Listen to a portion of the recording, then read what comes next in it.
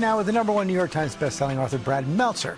He's written a new book with Josh Mensch called The JFK Conspiracy, The Secret Plot to Kill Kennedy and Why It Failed. Welcome back. Good to see you. Good to see you. So this is, as you describe it, the craziest story that people have never heard about JFK. Yeah, this is 3 years before Lee Harvey Oswald. And it's a Sunday morning in 1960. JFK's just been elected and he's on his way to church. And what he doesn't know is that there's a former postal worker named Richard Pavlik who wants to kill him and has packed his car with 7 sticks of dynamite. And he's followed JFK to Palm Beach, Florida, because he thinks JFK's security is weakest there, which he's right. So as Kennedy comes out of his house, all the assassin has to do is hit the little switch and boom, will go the dynamite. But what saves his life has to do with Jackie. And I won't ruin the ending for you, but it winds up being the craziest story about JFK you've never heard. What's going to surprise people the most about it, except for the ending? Yeah, it's Jackie. Jackie is the star of this book. She steals it away. And we don't pull our punches. We show you JFK's affairs.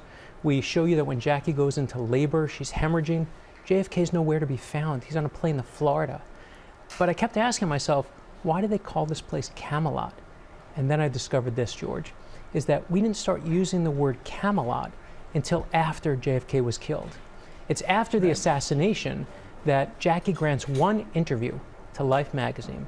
And she says in this interview, she tells this exclusive story, and that when JFK's back was hurting him in the White House, and she wanted to calm him down, she would take him and put on this record. And the record she plays a song about a place called Camelot. Now, Jackie was a member of the press. She was also hounded by the press, but make no mistake, she was a master of the press. She's the one who inserted the word Camelot into the lexicon. It's thanks to Jackie that we call it that today. And the scenes she's in, my wife said these are her favorite parts of the book. So you've been living in 1960. Does it change the lens on how you view today? Of course it changed the lens how I view today. I mean, the 1960 election between Nixon and Kennedy is one of the most divided in the whole country in modern time. Whatever side you're on, you hate the other side. Does that sound familiar to you? And so this whole book... It's a close one, too, yeah. It's a close one, and it makes us really look at where we are now. And you've written about so many different eras of history. Do you have one you want to tackle next?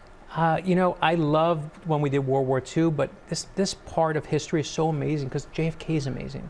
And when we looked at it, you know, what we got from the Secret Service blew me away. You know, they said even assassins are divided into 2 categories. I was like, what are you talking about?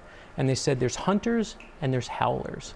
And a hunter is very different than a howler. A howler makes noise and says, I'm going to come kill you. I want you dead. But they rarely do anything. But a hunter is very different because they barely say a word, and they're the ones who tend to pull the trigger.